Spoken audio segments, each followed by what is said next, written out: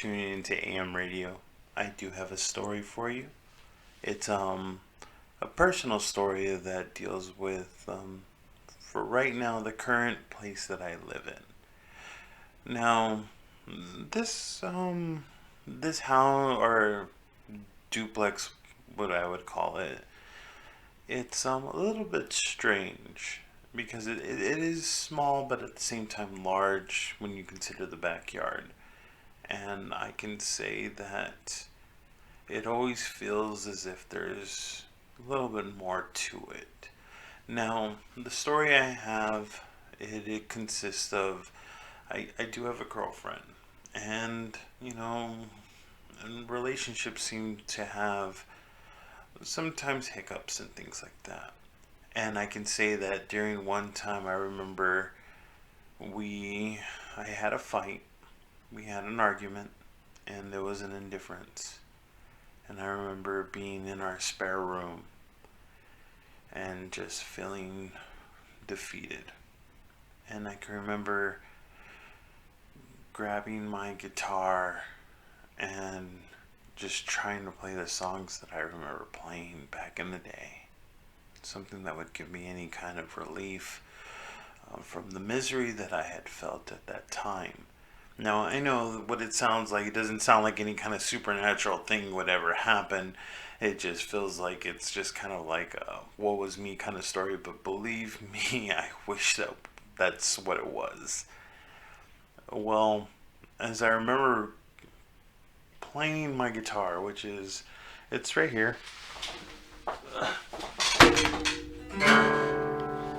that guitar that you can hear.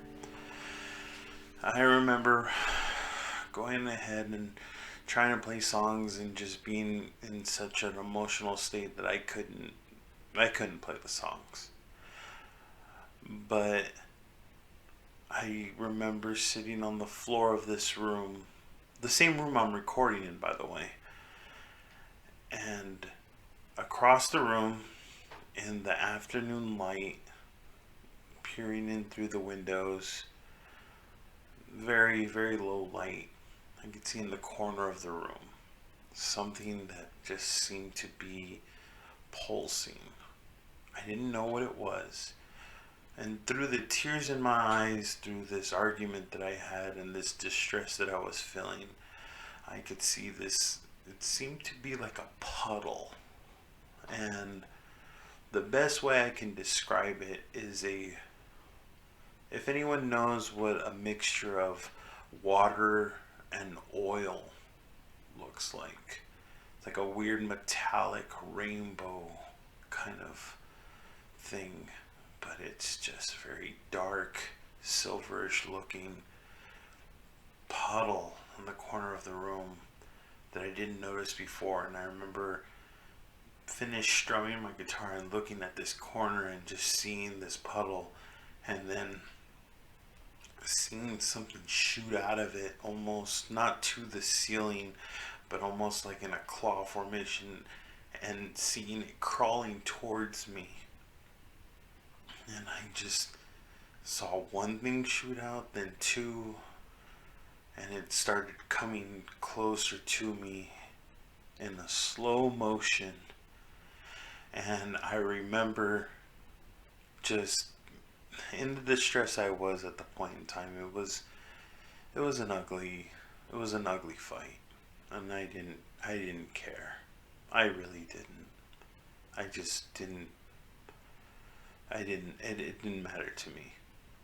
And I just remember seeing this thing clawing towards me from the room, and the shiny, rainbowish, kind of shimmering thing coming towards me. And I remember just holding the neck of my guitar and just saying, "Come on, come on." And then it stopped, and then receded back. And then I saw it like just slowly, just, I guess, disappear, like dissipate. It was gone. Like, after just telling it to just, come on, like, what are you gonna do? I didn't know what its intentions were. I didn't know what it was going to do. I didn't I didn't feel any kind of fear. I just knew that it was coming towards me and it had something it wanted to go ahead and do, but because I encouraged it, it stopped. And I just remember thinking that, wow, that happened. The strange thing about this place is, you know, I have always felt that, I mean, that's the first time that ever it showed itself to me. There have been times when I always feel as if whatever is here, because I do feel like something is here. What I've been told is that the place that I live at was like an old WW2 barracks, I guess where the soldiers lived. Um, but it feeds off anger. It feeds off like a strong hostility because whenever, arguments happen or there's like a strong anger, anything like that, it shows itself in some kind of form or in some kind of way. I do remember another time I had came back from a trip. I had just got back from a convention. I hadn't been home in like 2, 3 days. And I came home. There was no problems with me and my girlfriend at the time. And we went to bed. And I remember laying down in my bedroom. We always sleep with the door open. And I felt like something was in the doorway. And I remember being frozen. Something like I couldn't move. Like it's once again one of those sleep paralysis kind of a thing. But this is the weirdest one I've ever had. Or one of the weirdest ones, I should say. Now, I remember it coming in the room. I felt it come in the room. And it got closer and closer to me. And I always sleep at the end of the bed. She never likes sleeping at the end of the bed. She always takes the wall. And I remember the thing. I don't know what it was. I call it a thing. And it was talking to me. The weirdest thing about it was when I was at the convention, I was with a friend of mine. And it was, in its talking, it sounded like my friend, his exact voice. It was unmistakably his voice. And the strangest thing was, I could not make any of the words out that it was saying. It sounded like him, and I couldn't make out any of the words it was saying. And I could feel it right over me. I was laying on my stomach. I couldn't move my head, and I was frozen. The weirdest thing about it was, anything below my waist, I could move. I could kick. I could move. Anything below my waist. My hands, my arms were down. So up to my wrist, I could move my hands. And I remember just in a panic state, trying to move my left hand to wake up my girlfriend. And I was moving it so erratically, panically, just in a panic state, to the point where she woke up because she felt me moving. And as soon as she's like, "What's wrong? What's wrong?" She could tell something was wrong.